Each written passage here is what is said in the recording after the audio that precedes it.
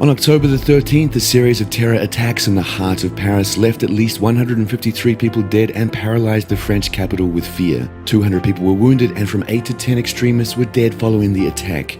The attacks were clearly coordinated. They took place in multiple locations and involved different methods. 2 suicide bombers detonated their explosives at locations near the Stade de France, where a soccer match between France and Germany was taking place. French President Francois Hollande was at the stadium at the time of the attack.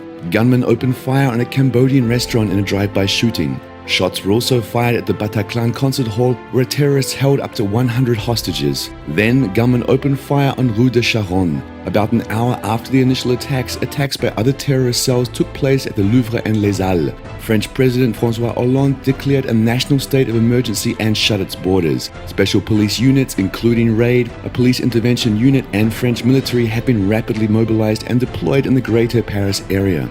When the Paris police stormed the Bataclan concert hall, 3 of the attackers were killed after letting off their suicide belts, while the 4th was shot and killed by police. According to media reports, over 100 people died and at least a dozen suffered injuries as a result of the siege. On Saturday, Paris closed down its public spaces in response to terror attacks. Though shocking, the attacks are not completely surprising. Multiple individuals from France and other European countries have joined terrorist groups to Syria and Iraq. The attacks have demonstrated that there is a constant risk of terrorist attacks within Europe.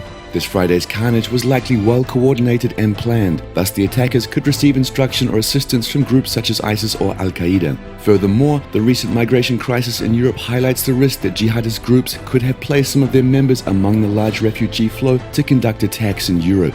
From a social perspective, the attacks could head to a raise of the domestic tensions between French nationals and migrants. Just hours after the Friday attacks, a huge fire broke out at the Jungle refugee camp near the French port of Calais. 100 migrants reportedly died. The origin of the fire is unknown yet.